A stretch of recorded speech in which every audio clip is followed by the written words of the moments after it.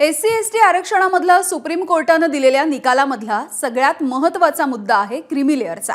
ओबीसींना creamy layer लागू होत असेल तर ते SC आणि STना सुद्धा लागू व्हायला हवं असं कोर्टानं म्हटलंय। त्यामुळे ओबीसींना ज्याप्रमाणे क्रीमी लेअरची अट असते तशीच अट आता SC/ST आरक्षणामध्ये लागू झाल्यास हा एक मोठा आणि क्रांतिकारी असा निर्णय ठरणार आहे।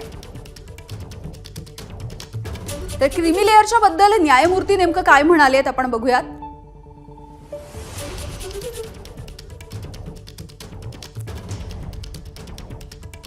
SC आणि ST मधले क्रीमी लेअर शोधण्यासाठी सरकारनं धोरण आखावं।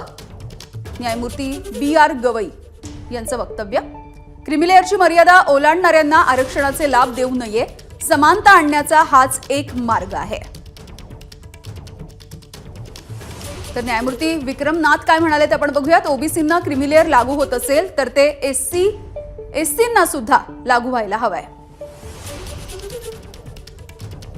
न्यायमूर्ती पंकज मित्तल यांचं वक्तव्य बघूयात। आरक्षण फक्त पहिल्या पिढीसाठी असावं असं त्यांचं मत आहे।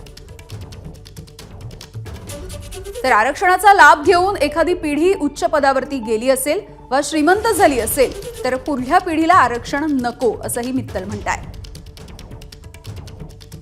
न्यायमूर्ती सतीशचंद्र शर्मा काय म्हणालेत बघूयात। न्यायमूर्ती गवईंच्या मतांशी मी सहमत आहे। SC आणि ST मधलं क्रीमी लेअर शोधणं हे सरकारसाठी घटनात्मक दृष्ट्या अत्यंत आवश्यक आहे।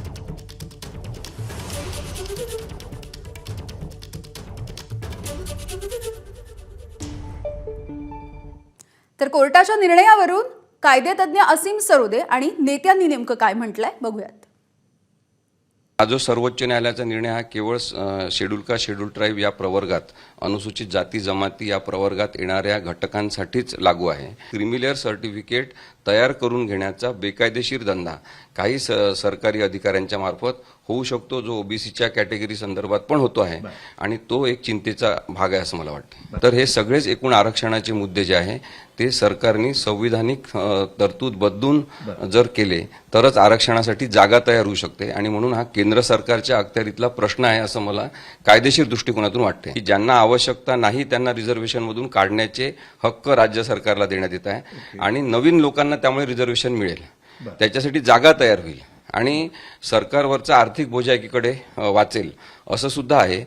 मला तरी या ठिकाणी वाटतं की कुठेतरी केंद्र सरकारचा यामध्ये अंकुश असला पाहिजे, कारण भारतीय राज्यघटनेच्या विचारावरून मागच्या ज्या निवडणुका झाल्यात संविधान बदलवासंबंधीची जी भाषा बोलली गेली त्याच्या विरुद्ध जेव्हा देशाने मतदान केलं अशा वेळेला अशा प्रकारचे विषय यापुढे आणून आणि तेही ज्यावेळेला संसदेमध्ये जातीय जनगणनेची चर्चा होते, ज्यावेळेला संसदेमध्ये सत्ताधारी पक्ष हा विरोधी पक्ष नेत्याला त्याची जात विचारतो आणि त्या ठिकाणी मनुवादाचं त्याकडे पुष्टीकरण करतो आणि त्याला देशाचे पंतप्रधान हे समर्थन देतात, अशा वेळेला हा निर्णय कुठेतरी राजकीय निर्णयासारखा मला या ठिकाणी दिसतो आहे। एकूण उपवर्गीय आरक्षणाच्या संबंधाने राज्य सरकार निर्णय घेऊ शकतं किंवा राज्याला तसे अधिकार असायला हवेत या संबंधाने सुप्रीम कोर्टाने दिलेला निकाल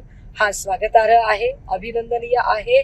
कारण एका ठराविक जात समुदायांनाच जर त्याचे फायदे मिळत असतील आणि इतर समुदाय जर वंचित राहत असतील तर निश्चितपणे सर्व जात समुदायांना त्या व्याचे फायदे मिळावेत, यासाठी अशी उपवर्गीय वर्गवारी करणं अत्यंत गरजेचं आहे।